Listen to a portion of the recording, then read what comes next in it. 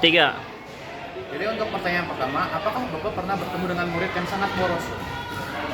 Boros? Oh, bisa saja pernah. Kalian kasih contoh nih. Boleh sih Pak.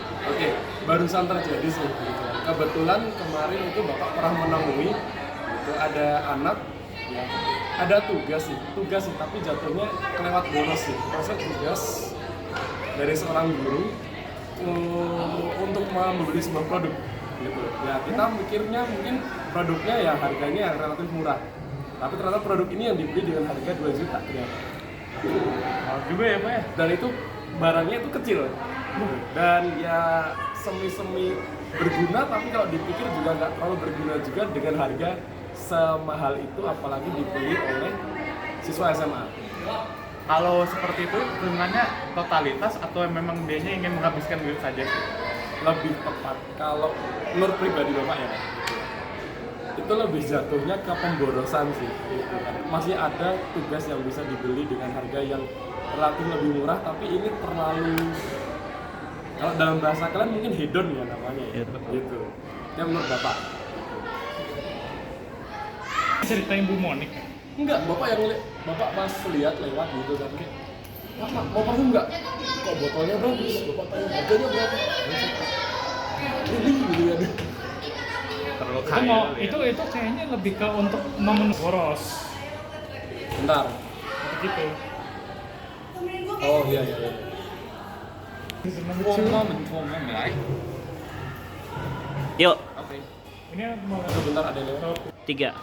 Jadi kalau selama Bapak mengajar sendiri, perilaku boros apa yang sering Bapak temui di murid-murid? Oke, seperti ya kalau yang Bapak lihat pribadi sendiri ya kayak kadang jajan kan emang kebutuhan primer ya, maksudnya makan gitu kan, jajan yang makan, tapi terkadang jajannya ini beli tapi tidak dihabiskan. Nah ini kan salah satu juga bentuk pemborosan dan istilahnya juga buang-buang makanan ya gitu kan. Oke, kalau boros demi makanan tapi dihabisin. Nah ini boros demi makanan tapi nggak dihabisin. Kan itu boros yang parah gitu kan. Apalagi yang barang yang dibeli itu mungkin harganya relatif mahal, misal yang jajan di mall-mall gitu kan, cuma nyoba sedikit, udahlah buat kamu aja, kayak wah itu udah boros ya. Oke tadi Bapak. Kalau nggak salah, salah satu sampah terbesar di Indonesia itu justru sampah makanan. Benar, sangat benar, sampah makanan sampai saat ini menjadi istilahnya apa ya? Momok sampah menjadi gunungan sampah, benar.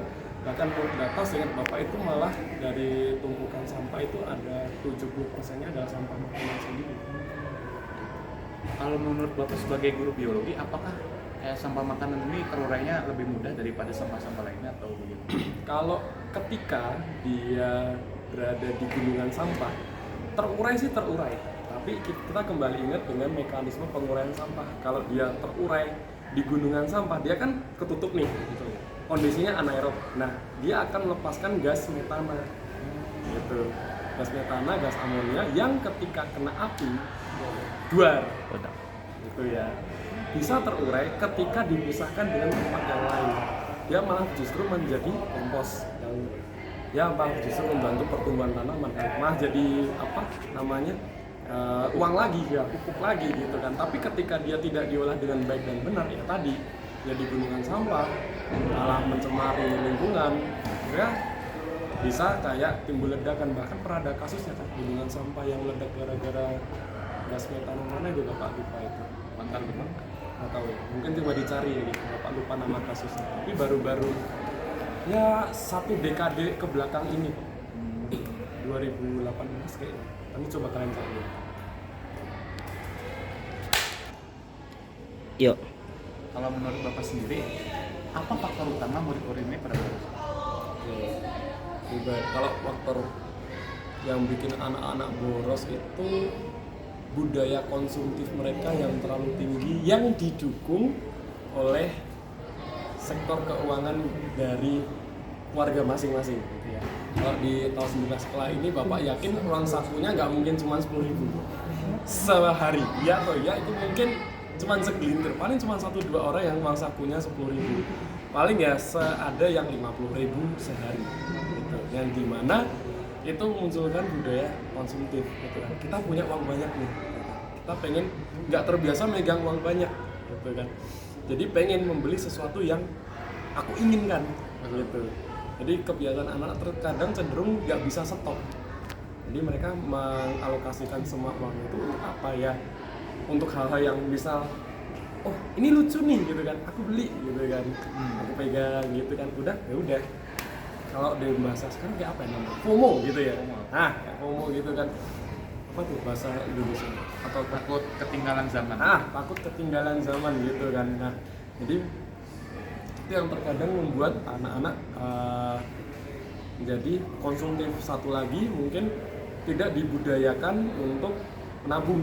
Mungkin ya, Bapak nggak tahu, mungkin ada yang menabung, ada mungkin yang tidak, mungkin belum terbiasa aja. Dari dini ini menabung kan ini baik gitu ya, kalau nyisihkan sedikit untuk apa kepentingan kita di masa depan. Mungkin kita kalau pengen beli yang barang branded, kita bisa bikin tabungan ini untuk ya membeli ini, daripada kita harus mengejar-ngejar, misal mengejar orang tua untuk membelikannya. Nah itu kayak jatuhnya lagi kayak sangat materialistik, sangat hedon ya. Satu lagi si FOMO tadi, materialistis, hedonisme sama FOMO. Terus lanjutkan. Jadi terus nabung, FOMO, apa lagi ya? Mungkin ya karena kebiasaan itulah yang terpupuk sedari dini, nggak dibiasakan, akibatnya ya udah timbullah kejadian anak-anak pada emosi. Berarti kalau menurut pandangan Bapak ini tuh lingkungannya gitu Pak yang memperbolehkan dan lingkungannya yang mendukung hal seperti itu? Kalau menurut Bapak pribadi iya. Seharusnya emang harus dididik sejak dini sih, untuk apa? Bukan mengajarkan boros itu apa namanya buruk ya, tapi terkadang boros untuk kepentingan yang baik gitu, misal untuk investasi atau apapun itu justru lebih baik gitu. Atau misal gitu kan punya apa gitu kan, kamu kejar untuk ditabung di situ, terus kamu boroskan di situ ya, sebuah apa ya namanya achievement pribadi kan, itu lebih enak.